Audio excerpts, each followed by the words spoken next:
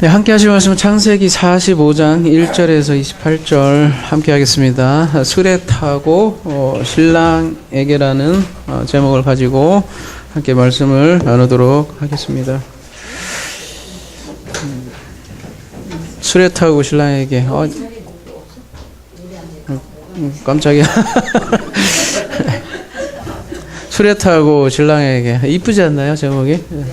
왜 수레 타고 신랑인지 한번 살펴보도록 하겠습니다. 우리 지난 시간 요셉의 페이라조에 대해서 함께 묵상을 해봤습니다.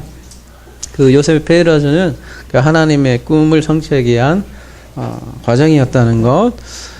그래서 3번에 걸친 시험을 통해서 결국 유다의 자기 죽음에 대한 고백으로 이끌어가는 그 하나님의 열심, 일하심에 대해서 우리가 함께 보았죠. 그러니까 페이라조를 끝나는 것이 아니라 도끼마주로 이어가는 그 하나의 과정을 우리가 그림을 통해서 알 수 있었던 거죠. 그렇게 유다의 자기 부인의 말에 이어서 이제 오늘 본문은 그 말을 듣고 요셉이 이제 드디어 얘기를 합니다. 그리고 드디어 자기 자신의 신분을 밝히는데요. 보도록 하겠습니다. 요셉이 시종하는 자들에게 그 정을 억제하지 못하여 솔리질러 모든 사람을 자기에게서 물러가라 하고 그 형제들에게 자기를 알리니 그때에 그와 함께한 다른 사람이 없었더라. 요셉이 큰 소리로 우니 애굽 사람에게 들리며 바로의 궁정에 들리더라. 요셉이 그 형들에게 이르되 나는 요셉이라. 내 아버지께서 아직 살아계십니까? 형들이 그 앞에서 놀라서 대답을 하지 못하더라. 시간 관계상 필요한 부분만 집어서 말씀드릴게요. 이 형들이 그 앞에서 놀라서 대답하지 못하더라 이렇게 하는데요. 이게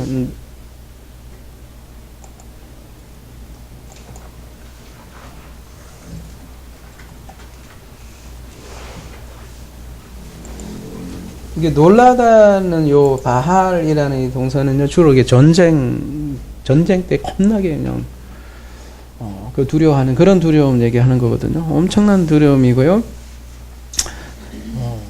왜 그렇게 했어요?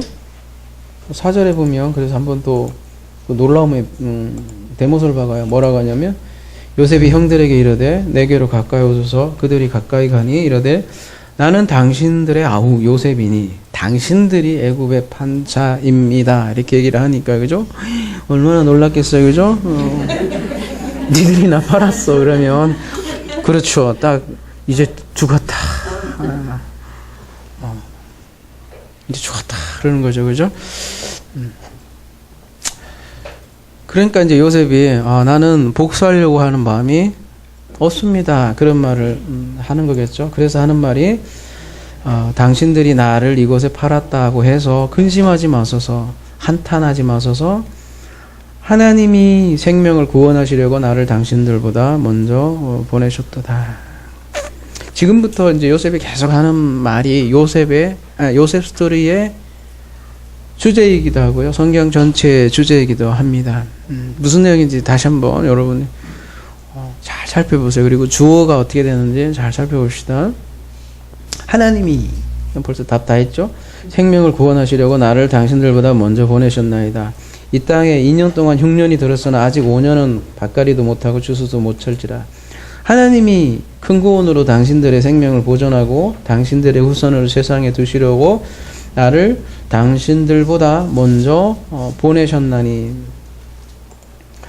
그런즉 나를 이리로 보내니는 당신들이 아니요 하나님이시라 하나. 하나님이 나를 바로에게 아버지로 삼고 그 온 집의 주로 삼으시며 애굽 온 땅의 통치자로 삼으셨나이더라. 어때요? 주어가 뭐예요? 주로 하나님이죠, 그죠? 하나님. 요셉을 애굽으로 보낸 분이 누굽니까? 겉으로 보면 형들이 한 건데요, 그죠?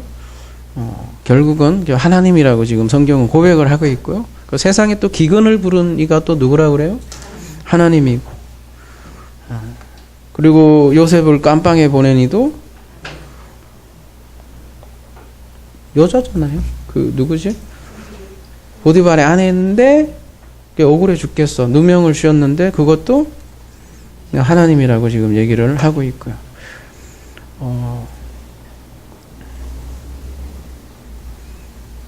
더 확장해서 이스라엘을 이제 애굽으로 보내잖아요. 그것도 누구라는 거예요? 하나님이고. 또 나중에 모세를 그들을 위해서 보내요. 그 보낸 이도 하나님이고. 그리고 우리를 위해서 그리스도를 세상에 보낸 이도 하나님이고.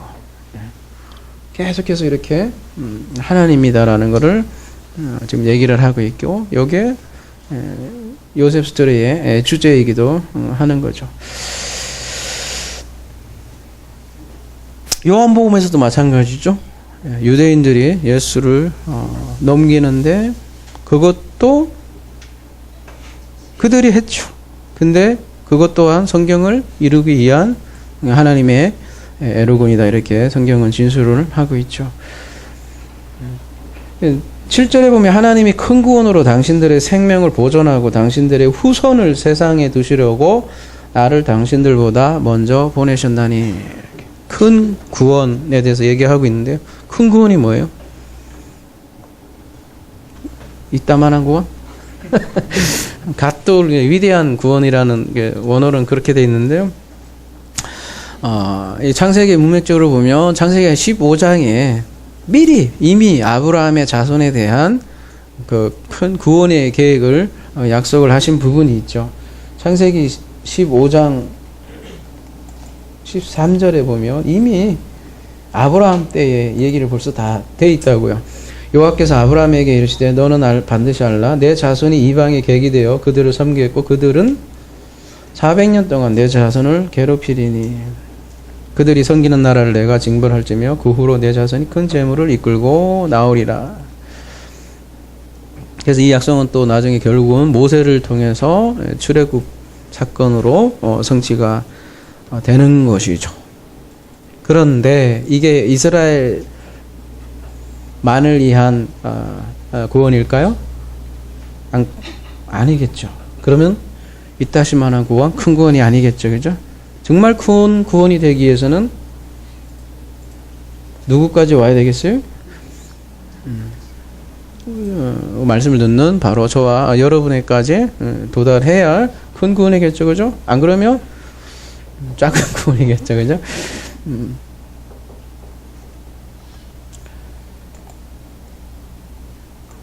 그 창세기 45장 아까 7절이었죠. 7절에 보면 그 후손이라고 되어 있는데요.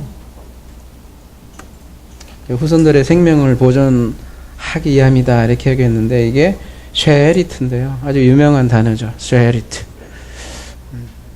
무슨 뜻이에요? 쉐리트. 이거 히브리어로 보니까 여러분이 이게 감이 안 유명한 것 같은데, 그죠? 쉐리트. 이게 그 유명한 남은 자입니다. 남은 자. 네. 쉐리트. 남은 자라는 게 뭐예요? 남은 자에 대한 말씀 굉장히 많아요. 이 시간 관계상 다 제가 소개만 시켜드릴게요. 사무엘하 14장 7절. 시라고 표현이 여기는 번역이 된대요. 사무엘하에는 이게 쉐리트고요. 열왕기하 19장 31절은 남은 자는 예루살렘으로부터 나올 것이며 이렇게 표현이 되어 있고요. 이사야 37장 32절 남은 자가 예루살렘에서 나오며 예레미야 23장 3절 예레미야 31장 7절 여기에는 주의 백성 이스라엘의 남은 자를 구원하소서. 이렇게. 미가서 2장 12절은 내가 정령이 이스라엘의 남은 자를 모으고 미가서 7장 8절 스바냐 3장 13절 스가냐 8장 12절 이런 식으로 쭉 나오는 게 쉐에리트인데요.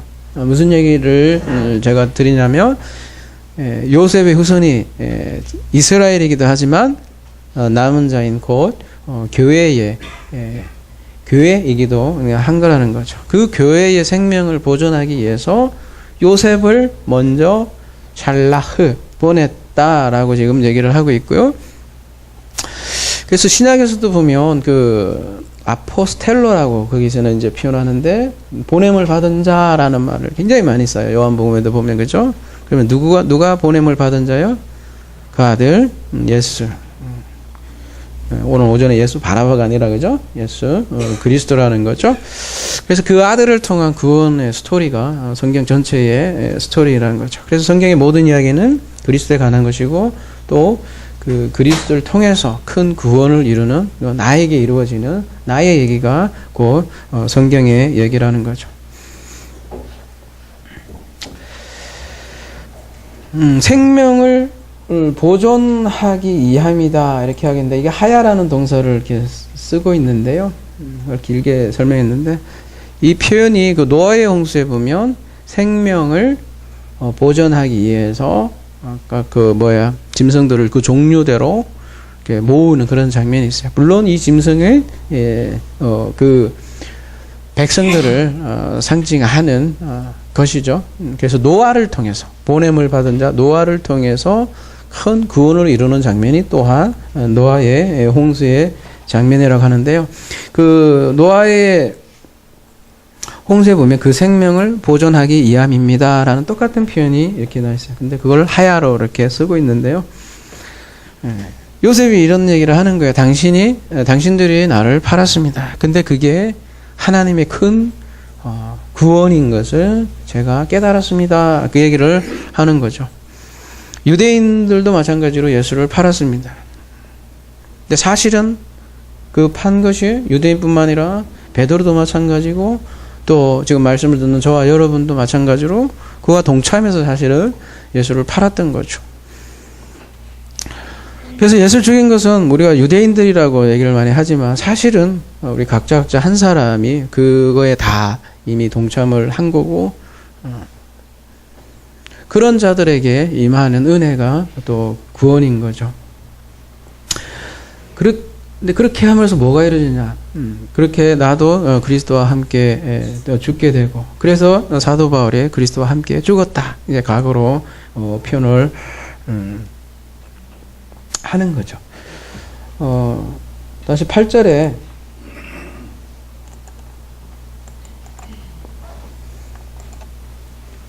그런즉 나를 이리로 보낸 이는 당신들이 아니요 하나님이시라. 하나님이 나를 바로에게 아버지로 삼으시고 온 집의 주로 삼으시며 애굽 온 땅의 통치자로 삼으셨나이다. 바로가 들으면 굉장히 기분 나쁘겠네요. 그죠? 그렇잖아요? 바로에게 아버지로 삼어. 이놈 봐라. 영의정 시켜놨더니. 근데 이때 아버지라는 건요, 여러분 어떤 개념으로 이렇게 이해하시면 되냐면, 성경에서는 제사장과 선지자들을 이게 아버지로 표현을 많이 해요. 어디를 볼까요? 사사기 17장 10절 가볼게요.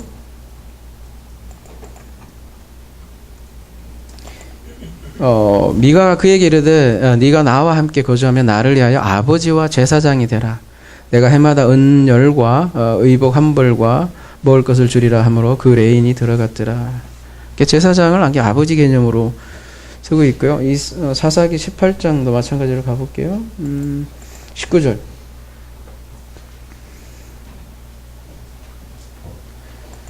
그들이 그에게 이르되 잠잠하라. 내 손을 입에 대라. 우리와 함께 가서 우리의 아버지와 제사장이 되라. 이런 표현을 이렇게 하는 거죠. 열왕기하 6장 21절.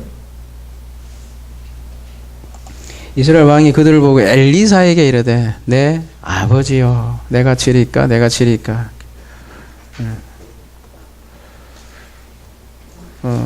열왕기하 13장 14절에도 가볼게요. 엘리사가 죽을 병이 들며 이스라엘 왕 요아스가 그에게로 내려와 요아스가 얘기죠. 자기 얼굴에 눈물을 흘리며 이르되 내 아버지요 내 아버지요. 아버지를 이렇게 부르고 있는데요. 선지자들을 이렇게 아버지로 부르는 거죠. 그러니까 요셉이 모세의 아버지가 된다 그런 개념이라기보다는 선지자 개념으로 이해하시면 될 것 같습니다. 근데 마치 그 탕자비에서 오늘 본문이 탕자비유하고도 많이 연상되게 하는 본문인데요. 그 아들을 용서하는 아버지처럼 이제 요셉은 형들에게 얘기를 하는 거죠. 이 모든 것이 하나님이 생명을 구원하려고 하신 일이다. 그래서 나를 먼저 보낸 거고 보냈다는 거죠. 우리 창세기 초반에도 보면 살라흐된 그리스도에 대한 거를 함께 나눴는데 요셉은 여러모로 그래서 그리스도를 보여주는 거라고 말씀을 드렸죠. 그 구원을 위해서 옥에 갇히고 그런 그리스도를 우리가 볼 수 있는 거죠. 자, 그래서 이제 화해되는 장면이 나오는데요. 그 다음으로 가볼게요.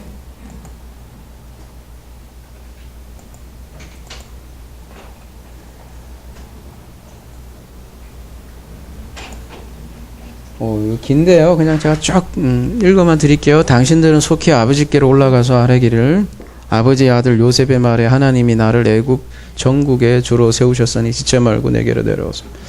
어떤 분이 그러더라고요. 창세기가 너무 뭐라고 해야 되나 빨리 지나가고 더 디테일한 창세기 2가 나와야겠다고 어쩌고 그러는데요. 그렇게 말씀하시는데 어떻게 근데 벌써 95예요. 여러분. 말이 95지 95강이면 2년이에요. 창세기 하나 하는데도 이거 2년이 걸리니. 그래서 그런 면도 있어요. 창세기 1장 같은 경우는 굉장히 시적인 부분이 아니라 압축되어 있고 해서 굉장히 오래 다뤘던 부분도 있고, 그죠? 근데 이쪽 부분은 이제 스토리 부분이기 때문에 어떻게 보면 스피드가 진행이 빨리 되고 스토리 위주로 나가고 있으니까요. 혹시 여러분 부족한 부분은 어디에서?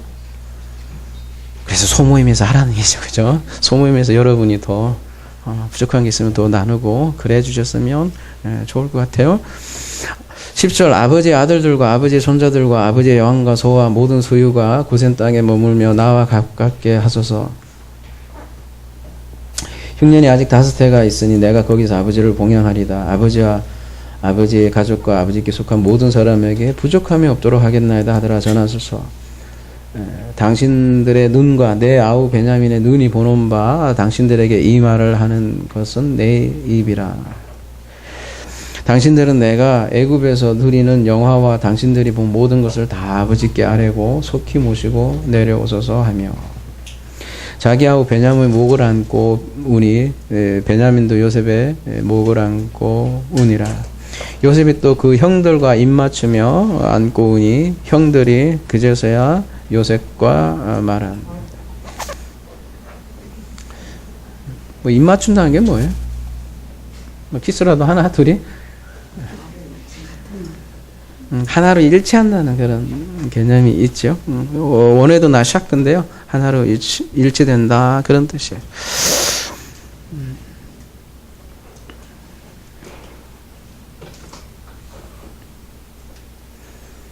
그 시편에 보면요.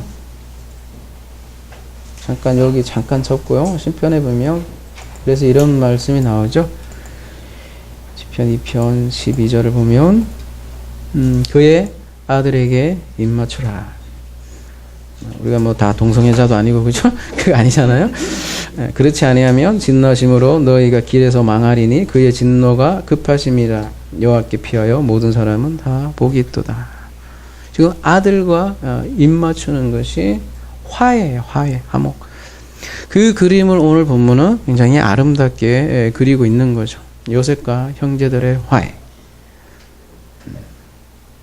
이건 단순히 가족들의 이상가족 상봉도 아니고 단순한 화해 그 넘어서 우리에게 남자와 여자 입맞춤, 사랑의 관계, 화해를 보여주는 가장 성경에서 아름다운 본문 중에 하나인데 신약에서는요. 아까 제가 말씀드린 탕자의 비유 누가복음 15장 18절인데요. 너무 비슷해요. 두 본문이. 내가 일어나 아버지께서 가서 이르기를 아버지 내가 하늘과 아버지께 죄를 지었사오니 지금부터는 아버지의 아들이라 일컬음을 감당하지 못하겠나이다. 나를 품꾼의 하나로 보소서. 이에 일어나서 아버지께로 돌아가니라. 아직도 거리가 먼데 아버지가 그를 보고 측은히 여겨 달려가 목을 안고 입을 맞추니 아들이 이르되 아버지 내가 하늘과 아버지께 죄를 지었사오니 지금부터는 아버지의 아들이라 일컬음을 감당하지 못하겠나이다 하니. 이 비유에서 보면 아들이 아버지를 겁나게 두려워하죠. 이제 죽었다 그냥. 다리 몽둥아리 부러졌다 이렇게 생각을 하는 거잖아요. 그죠? 마찬가지로 지금 요셉의 형들도 엄청나게 두려워하죠. 왜요? 자기가 지은 죄가 있고 더구나 이 도저히 믿기 힘든 일이 일어났죠. 자기들이 요셉을 팔았기 때문에 두려움에 빠져 있는데 요셉은 뭐라 그래요? 형들에게 근심하소서 두려워하지 마소서. 당신들이 나를 애굽에 팔은 것도 그래서 내 종살이 억울한 누명 심지어 기근까지도 아버지께서 일하신 것입니다. 그러니까 뭐 하지 말라? 두려워하지 마소서. 창자비유에서도 마찬가지로 이제 죽었다. 그러고 있는데 아버지는 뭐라 그래요? 22절에 아버지는 종들에게 이르되 제일 좋은 옷을 내어다가 입히고 손에 가락지를 끼우고 발에 신을 신기라. 그리고 살찐 송아지를 끌어다가 잡으라. 우리가 먹고 즐기자. 이 내 아들은 죽었다가 다시 살아났으며 내가 잃었다가 다시 얻으느라 하니 그들이 즐거워하더라. 그러니까 아들의 두려움과 전혀 반대되는 아버지의 말씀이죠. 여러분 이 탕자의 비유 보면 그런 생각 들 때가 있잖아요. 왜 그렇게 무기력하게 아들을 내보냈을까? 그죠? 그래서 왜 다 가서 탕진하게 만들었을까? 조금이라도 좀 붙들지 않았을까? 왜 탕자를 나가게 하고서는 맨날 먼 발치에서 그죠? 뭐라지? 발꿈치를 이렇게 올리고 혼자 오나 이렇게 보고 있는 그런 모습으로 보이잖아요. 탕자비가. 왜 그렇게 했을까라는 생각을 해보신 적은 없나요? 있죠. 그죠? 왜 하나님이 그렇게 비우니까 하나님과 우리가 행견하는데 왜 이렇게 무기력한 아버지를 우리에게 보여주는가 이런 생각을 할 때가 많았던 것 같아요. 마찬가지잖아요. 우리가 이제 산상순이나 이런 데 보면 염려하지 말라는 주제로 우리 염려하는 대상이 뭐냐? 가장 많은 부분이 자녀더라고요. 자식들. 그 자식들에 대한 염려만 우리가 조금만 떨거나더라도 뭐 속된 말로 그 염려라는 것들이 상당히 줄어들 텐데 우리는 왜 이렇게 자녀에 대해서 염려를 할까 생각을 해보면 이 탕자의 비유하고 연관을 생각을 해보면 우린 자녀들이 잘 되길 바라잖아요. 그래서 일일이 막 챙기고 또 근데 그 어때요? 자녀들이 자기 뜻대로 되던가요? 잘 되신 분 있으면 저하고 좀 면담 좀 해봅시다. 좀 비결을 듣고 싶은데 근데 듣는다고 해도 또 다 틀린 것 같아요. 사람들이 자녀들이 다 틀리고 우리도 첫째 아들 틀리고 둘째가 전혀 달라요. 성향이 다 틀리고 안 되는 것 같아요. 자기 마음대로. 그래서 우리는 자기가 잘 되는 게 성공이라고 생각을 할지 모르지만 아까 성도들의 성공과 실패로 하나님 나라는 좌우되지 않는다고 말씀드렸듯이 우리가 여기까지 이렇게 이끌고 온 것이 하나님이라는 일하심이라는 고백을 여러분이 할 수 있다면 우리만이겠냐는 거죠. 자녀들은 안 그렇겠냐는 거죠. 자녀들도 그 가운데 맡기신 하나님의 오늘 주가 그렇잖아요. 요셉이 하나님이를 계속 반복하고 있는데 나뿐만 아니라 우리 자녀에 대한 하나님의 일하심의 신뢰가 있다면 이제는 좀 탕자의 비유의 아버지처럼 놓아줄 수 있지 않느냐 그죠. 걔가 타락하면 어쩔 건데 네가 그러냐 이렇게 얘기했지만 타락해도 뭐 why? 저는 타락 안 했나요? 저는 마음껏 타락했었어요. 마음껏 타락이 아니라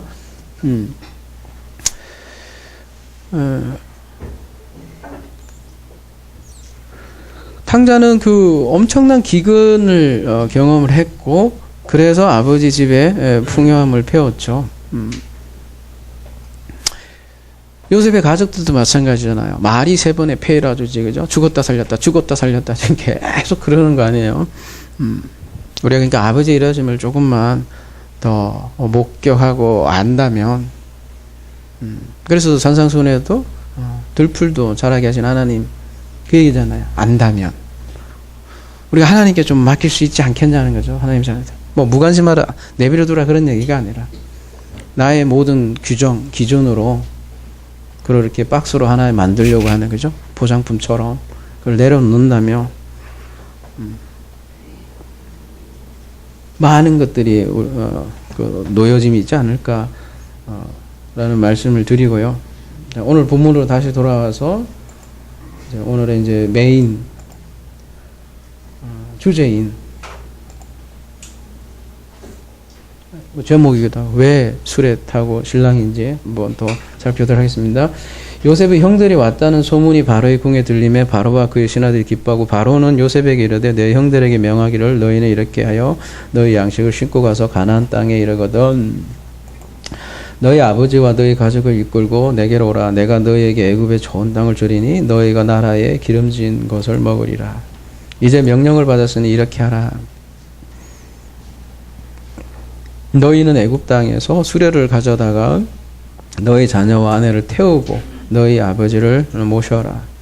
또 너희의 기구를 아끼지 말라. 온 땅에 좋은 것이 너희 것임이라. 이제 좋은 것들을 약속하는 장면이죠. 하나님 나라의 풍성함을 얘기하는 거예요. 어릴 거 없죠. 21절 이스라엘의 아들들이 그대로 할세 요셉이 바로의 명령대로 그들에게 수레를 주고 길양식을 주고 또 그들에게 다 각기 옷 한 벌과 씩을 주되 베냐민에게 은 300과 옷 5벌을 주고 이게 좋은 옷을 준다는 것은 아주 좋은 선물이에요. 화해의 선물이기도 하고요. 가만히 생각해보면 예전에 돌아가 보면 요셉의 옷 때문에 불화가 있었잖아요. 근데 지금 다시 화해의 옷으로 선물이 되고요. 23절에 그가 또 이와 같이 그 아버지에게 보내되 순하게 10필에 애굽의 아름다운 물품을 실리고 암나기 10필에는 아버지에게서 길에서 드릴 곡식과 떡과 양식을 실리고 이에 형들을 돌려보내며 그들에게 이르되 당신들은 길에서 다투지 말라 하였더라. 이런 부분 조금 딱 걸리는 부분만 더 보면 되겠죠. 그것도 갑자기 다퉈? 왜 이런 말을 했을까요? 그들에게 이르되 당신들은 길에서 다투지 말라. 가다가 뭐 왜 네가 팔았어? 왜 이가 요새 그런 얘기일까요? 이거 왜 갑자기 이렇게 뜬금없는 얘기를 할까요? 이런 경우는 원어를 봐야 합니다. 그러니까 여러분도 원어를 다 볼 수는 없잖아요. 막 바빠 죽겠는데 그죠? 조금 요거는 애매모호하다 좀 그러다 싶으면 히브리어 보기도 뭐하면 다른 번역본도 한번 보시고 표준 번역도 보고 새 번역도 보고 공동 번역도 보고 영어로도 보고 영어 잘 되는 사람들 그죠? 이렇게 보면 좀 도움이 될 때가 있다는 거죠. 원어도 마찬가지예요. 그냥 처음부터 원어 쫙 볼 수 있으면 좋고요. 그럼 저도 가서 배울게요. 다투다는 의미를 한번 봅시다. 좀 라가츠라고 되어 있는데요. 여기서는 다투다라고 되어 있지만 원래 여기 이걸 쭉 봐도 보면 원래 두려워하다예요. 두려워하다. 이게 언제 두려워하는 용어냐면 이 라가츠가요. 여기 제일 가까운 출애굽기 15장 14절 시간 강상에 요거만 봅시다. 뭐라고 그랬어요? 열방이 듣고 떨며 블레셋 거민의 두려움에 잡히며 이렇게 할 때 떨며 라가츠인데 이게 어느 상황에서 이렇게 떠는 거예요? 그런 거예요. 막 전쟁 가운데서 막 떨고 이렇게. 그러면 너희들이 길 가는 중에 서로 싸우지 말라는 거라기보다는 두려워하지 말라는 거잖아요. 그럼 왜 두려워하지 말라고 했을까요? 그 길 가는 중에? 잘 생각해 보십시오. 옛날 그 시대에. 여기 하사품 엄청나게 주고 선물 엄청 주고 해서 가나안으로 돌아가는데 길 가다가 뭘 만날 수도 있는 거예요. 그렇죠. 강도 만날 수 있으니까 두려워하지 말라. 그것까지도 하나님이 지켜준다는 그런 얘기예요. 가다가 형제들끼리 대탕 싸우지 말라 그런 얘기는 아닌 거라는 거죠. 이런 부분만 좀 필요한 부분만 제가 살펴봤고요. 그들이 애굽에서 올라와 가나안 땅으로 들어가서 아버지 야곱에게 이르러 알리어 이르되 요셉이 지금까지 살아있어 애굽 땅 총리가 되었나이다. 야곱이 그들의 말을 믿지 못하며 어리둥절하더니 이것도 이제 이상한 것만 봅시다. 어리둥절하니까 띵 한 거예요. 뭐예요? 한번 더 그러니까 뭐 어리둥절일 수도 있는데 좀 더 좀 우리에게 더 정확하게 와닿는 걸로 한번 보자는 거죠.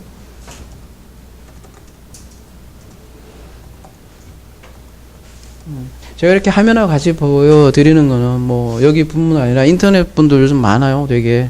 근데 이렇게 공부하시라고요. 다 볼 수 없지만 시간도 그렇고 이렇게 좀 어리둥절해? 이러면 한번 가보는 거예요. 그죠? 어리둥절이 원래 원어가 뭔가 좀 보고 그러니까 갔더니 여기는 또 개역으로 나오네. 기색하더니 이렇게 나오는데 기색이 뭐예요? 난 모르겠어. 나 국어가 좀 약해서 그런지 그죠? 기색 잘 모르겠어.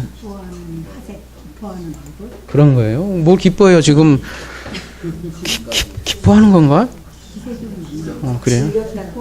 몰라요 여러분. 네이버 박사님께 지금 한번 찾아보세요. 근데 아니 저는 시간 관계상 어쨌든 원어로 볼래요.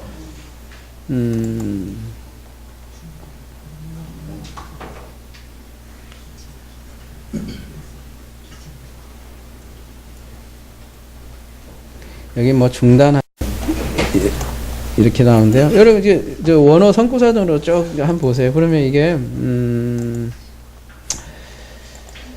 중단하다라는 건데 쉽게 얘기하면 이런 거예요. 멈췄다는 건데 심장이 멈췄다 그런 개념이에요. 네. 앞에 보면 이거 여기는 레브라는 게 있잖아요, 그죠? 이게 심장이잖아요. 요 번역은 요 둘이 아마 합쳐서 기세가더니 이렇게 한 것 같은데 뒤에 레브잖아요, 그죠? 레브라는 게 마음, 심장인데 심장이 멈춘 거야. 그 뭐 어쨌다는 얘기예요? 막 그 말 듣고 어리둥절한 정도가 아니라 이게 그게 기색인가? 뭐 하여튼 기절초풍하다 뭐 그런 정도인 거죠. 기절초풍이 맞겠다. 기가 막힌 거예요. 하여튼 심장이 멈춘 거예요. 원어적으로는 그 정도로 엄청나게 놀랐다는 말이고요. 뭐 보통 놀란 게 아니야. 어리둥절한 정도가 아니야. 그러니까 27절 그들이 또 요셉이 자기들에게 부탁한 모든 말로 그에게 말하며 그들의 아버지 야곱은 요셉이 자기를 태우려고 보낸 수레를 보고서야 기운이 소생한지라. 기절초풍했는데 다시 살아난 거는데 뭘 보고 살아났냐면 수레를 본 거예요. 근데 이제 기운이 소생한지라 하면 띵 하다가 이렇게 넘어졌다가 이렇게 제정신 차려다 그런 느낌이라기보다는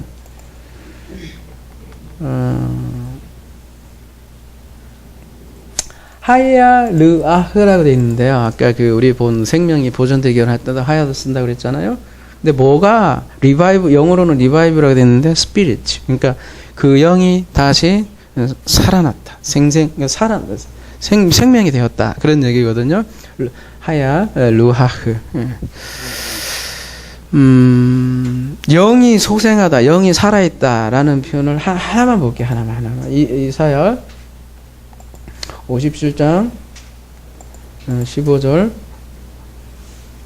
지극히 존귀하며 영원히 거룩하시며 거룩하다 이름하는 이가 이와 같이 말씀하실 때 내가 높고 거룩한 곳에 있으며 또한 통회하고 마음이 견고한 자 함께 있나니 이는 겸손한 자의 루하하야 영을 소생시키시며 통회하는 자의 마음을 소생시키라. 이때 똑같은 표현이 있어요. 영을 소생시킨다라는 표현이 이사야 57장 15절입니다.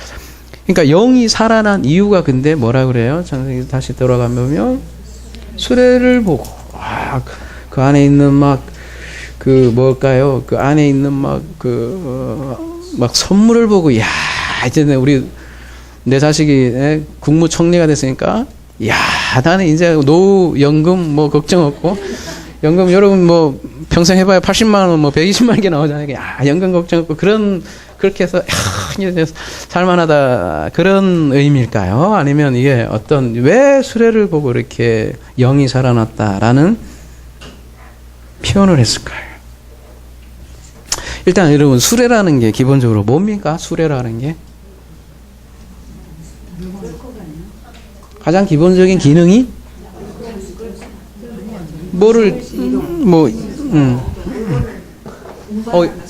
그러니까 여기 요 A 지점에서 B로 여러분 이동이라고 했잖아요, 그죠?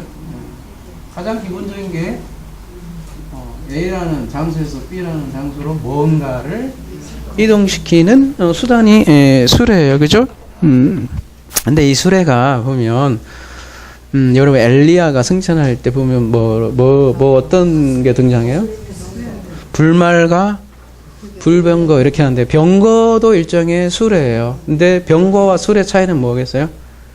수레는 소가 끄는 거고 병거는 말이 끄는 건데 소가 끌든 말이 끌든 어쨌든 뭐를 이렇게 싣고 가는 거야. 그래서 엘리야가 땅에서 하늘로 장소 이동할 때도 그래서 이렇게 병거라는 매개체로 우리에게 얘기를 하는 거죠. 그러니까 수레라는 거는 장소 이동인데 특별히 그 성경에서는 땅에서 하늘로 옮겨가는 도구로 사용이 되고요. 여러분 사무엘상 6장에 보면 이스라엘이 블레셋과 전쟁하는 장면이 있죠.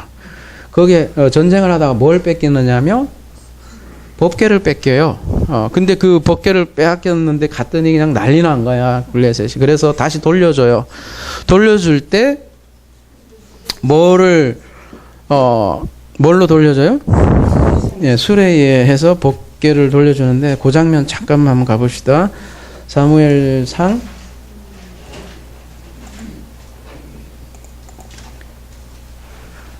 6장 7절. 그러므로 새 수레를 하나 만들고 몽에를 메어 보지 아니한 젖나는 소 2마리 끌어다가, 젖나는 게 뭐예요? 젖이 나는 소 2마리라면은 엄마 소인데 어떤 엄마 소인 거예요? 새끼가 있는 소라는 얘기겠죠? 젖나는 거니까. 여러분도 새끼 생기면 젖 나잖아요. 여자분들. 그렇지 않나요? 젖나는 소 2마리를 끌어다가 소의 수레를 메우고 그 송아지들을 떼어 집으로 돌려보내고 여호와의 궤를 가져다가 수레에 신고 속건제로 드릴 금으로 만든 물건들은 상자에 담아 궤 곁에 두고 그것을 보내어 가게 하고 보고 있다가 만일 궤가 그 본지역 길로 올라가서 벳세메스로 가면 이 큰 재앙이 우리에게 내린 것이요 그렇지 않으면 우리를 친 그의 손이 아니요 우연히 당한 줄 알리라. 근데 12절에 가보면 어때요? 암소가 여기 말씀하신 게 나오네요. 그대로 그죠? 암소가 벳세메스 길로 바로 행하여 대로로 가며 새끼도 있는데 그죠? 갈 때 울고 좌우로 치우치지 아니하고 블레셋 방백들은 벳세메스 경계선까지 따라가니라. 이렇게. 그래서 벳세메스 사람들이 골짜기에서 밀을 베다가 눈을 들어 개를 보고 그것을 기뻐하느니. 이때 수레가 아가라라는 이 수레인데요. 사람의 손에 이끌리지도 않았어요. 그죠? 그리고 일부러 젖나는 암소의 새끼를 떼어놓고 수레를 끌고 갔는데도 불구하고 갈 곳으로 착 갔단 말이에요. 근데 그 간 도시 이름이 또 공교롭게 벳세메스예요. 벳세메스가 뭐예요? 이 시간 관계상 여러분 찾아보세요. 여기 들어가 보시면 베트 플러스 세메스 해갖고 빛나다 태양의 집, 빛의 집이라는 뜻이에요. 근데 그 싣고 간 게 또 언약궤고요, 그죠? 하나님의 언약의 말씀을 빛의 집으로 데려가는 그 이동의 수단이 수레로 사용이 됐어요. 다시 정리하자면 성경에 이렇게 수레가 여러 곳에 쓰이는 것을 여러 가지 정황상 보면 야곱이 지금 수레를 타고 결국은 어디로 갈 거냐면 아까 사무엘상은 벳세메스를 태고 그죠? 요셉의 집에 간다는 그림은 결국은 어디에 가는 거예요? 영이 살아서 요셉이 여러모로 그리스도를 상징한다 그랬잖아요. 그리스도와 하나 되는 성도들의 장소 이동을 말하는 거죠. 이 수레를 통해서 얘기를 하는 거예요. 그래서 쉽게 말하면 하나님 나라에 들어가는 그림이에요. 그게 수레라고요. 우리 BMW 때도 BMW가 뭐예요? 또 선전해야지. 차가 아니라 바이블 메타포 휠이 왔잖아요. 그죠? 이 휠이 수레바퀴였잖아요. 네, 이렇게 해서 우리가 했던 것 같아요. BMW 대해서 우리가 살펴봤는데 바이블 메타포 휠이었어요. 그죠? 그래서 이 가운데 중심은 그리스도인데 많은 휠로, 그러니까 휠이라는 게 이제 일종의 그림 언어인데 어떨 때는 신랑과 신부, 어떨 때는 아들과 아버지, 어떨 때는 왕과 백성, 이런 식으로 다양한 그림을 통해서 하나의 그 구원의 그림을 그리는 게 성경이라고 제가 말씀드렸어요. 그죠? 그런 의미에서 우리가 제목을 잡았는데, 그때 우리가 그 휠이라는 게 수레에 바퀴거든요. 그래서 예전에 보면요, 고대에 보면 이 휠을 많은 철학자들이나 이 사상가들은 영혼하고 많이 연결해서 생각을 했단 말이에요. 왜 그랬을까? 그냥 이렇게 막 돌아가는데 가운데 중심은 안 움직이거든요. 그거를 영혼의 개념으로 고대 사상가들도 많이 했지만, 그래서 이제 꼭 엘리야, 엘리사 그 얘기 때도 보면 수레라는 게 등장을 또 하지요. 시편에 보면 이런 말씀도 있어요. 3절에 보면 무리에 자기 누구에게 들보를 얹으시며 구름으로 자기 수레를 삼으시고, 근데 하나님의 수레는 또 구름으로 얘기를 하기도 하고 바람 날개로 다니시며, 이것도 비유죠. 시니까 정말 하나님 막 구름 타고 막 그런 거겠냐고요. 그죠? 시는 시예요. 은유와 상징과 비유가 같이 있단 말이죠. 여기는 물론 이제 이 수레는 또 다른 단어를 쓰고 있어요. 아까 그 수레는 하지만 병거, 일종의 병거인데 어쨌든 하나님께서 이동하는 수단으로 이렇게 얘기를 하고 있는데, 구름에 대해서 우리 자세하게 살펴봤었죠. 어디에서요? 요한계시록 1장 7절에도 보면 예수님께서 어떻게 오신대요? 구름 타고 온대요. 그러니까 사람들은 또 구름만 보고, 어떨 때는 십자가 그림 있으면 예수님 오신다 그러고,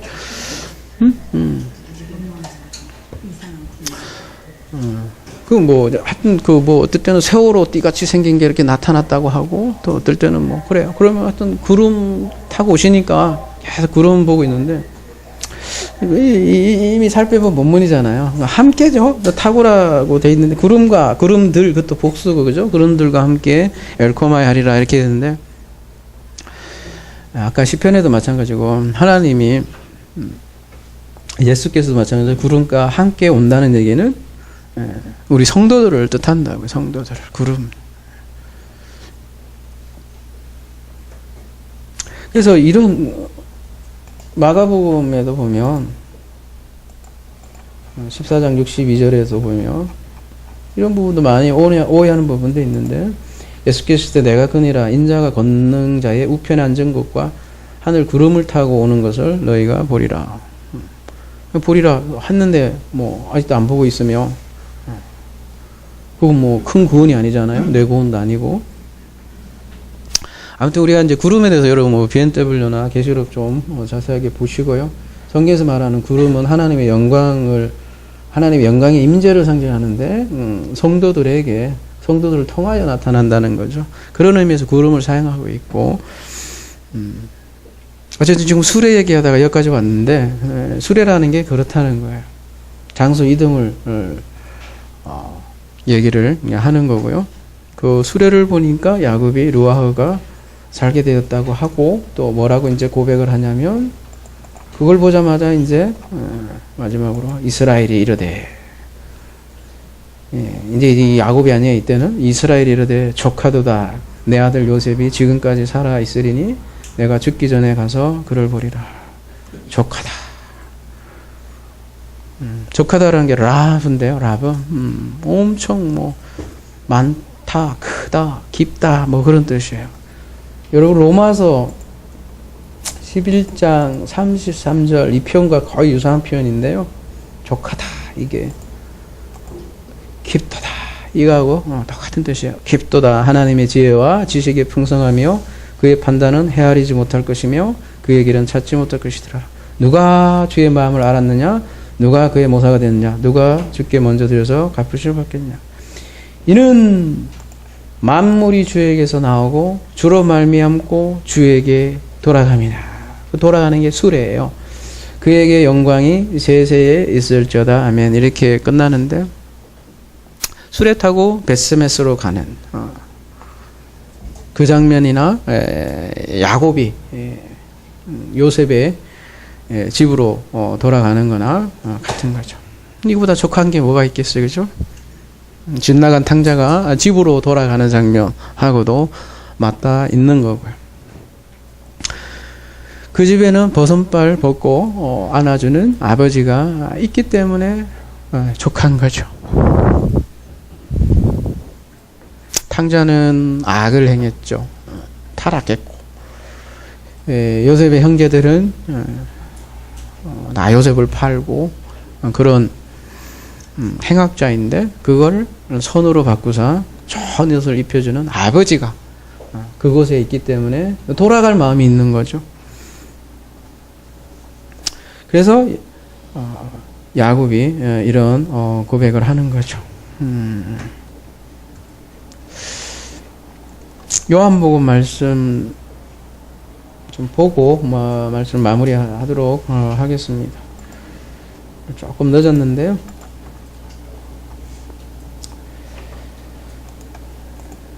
예수께서 이르시되 나는 부활이요 생명이니 나를 믿는 자는 죽어도 살겠고 무릇 살아서 나를 믿는 자는 영원히 죽지 아니하리니 이것을 네가 믿느냐.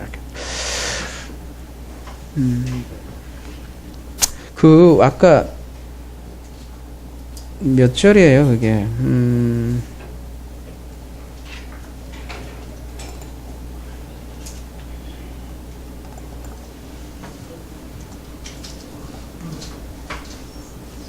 몇 절이야? 찍어야 되는데. 나를 태우려고 보낸.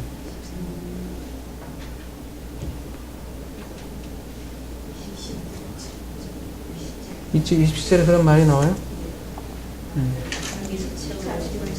네?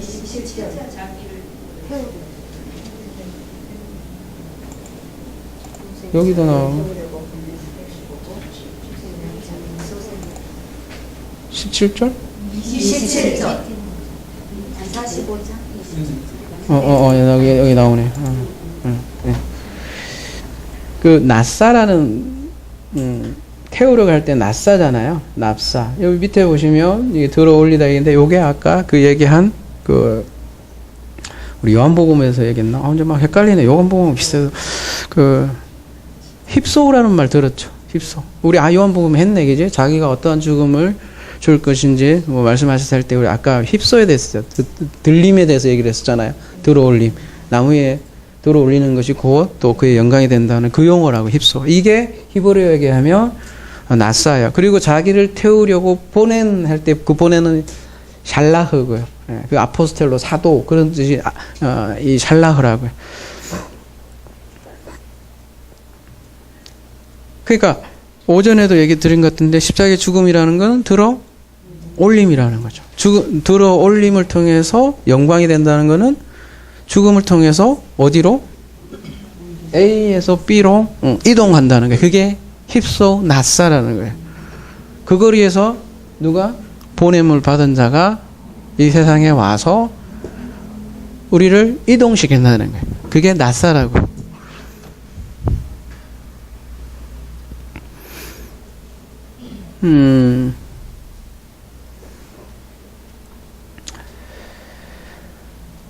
그럼 그 야곱의 가족들이 나중에 이제 애굽으로 들어오잖아요. 우리는 이제 그런 쪽으로만 생각하는 것 같아요. 야, 이제 출세했다. 잘난 아들 때문에 그냥 3대가 이제 먹고 살게 생겼다 얘기잖아요. 우리도 그 명절날 오면 맨날 형이 얘기한 게 그거야. 우리 중에 가족이 4남이는데 한 놈만 잘 되라. 그러면 나머지 가족들을 뭐 재무이사로 다 시키겠대. 그래갖고 지금도 뭐 발명 특폭풍 된다고 막 그 얘기를 하셔. 막 좋아갖고 막 잠자다 일어나고 막 내가 어떻게 이런 생각을 했지? 이제 한 100억은 벌었다 막 그런 얘기를 하셔. 근데 우리 형이 생각하는 게 굉장히 책임감이 많아요. 장남이라 그러는데 항상 그런 생각을 하는 것 같아요. 내 하나 잘 되면 내가 가족들 다 먹여 살리겠다. 그래서 그러니까 요셉이 국무총리에 대해서 얼마나 좋아. 그러면 가면 야 이제는 이제 그래야 되잖아요. 근데 어때요? 성경의 결론 보면 안 그래요.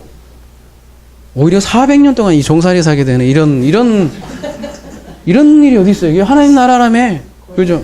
골치 아파졌어. 너 골치 아파진 거야. 그렇잖아요. 그 이후로 좀 떵떵거리고 잘 살았다 이게 아니고. 그래서요, 우리가 그쪽 측면으로만 보지만 사실은 힙소우라는 거죠. 예, 그러니까 요셉의 야곱의 가족들이 오는 거는 죽음의 가정에 동참하는 길인 거예요. 겉으로 보면 막 성공인 것 같잖아요. 그래서 400년 동안 그 힙소의 가정을 통해서 또한 그들도 죽음 없이 영광 없다라는 거죠. 그 메시지를 우리에게 또 똑같이 알려주고 그거를 큰 구원이라고, 그러니까 하나님의 큰 구원의 그림이라는 거죠.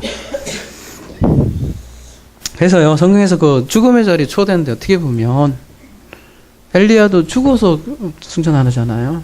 죽어서. 그러니까 성경에서 죽음이 그래서 그렇게 나쁜 게 아니에요.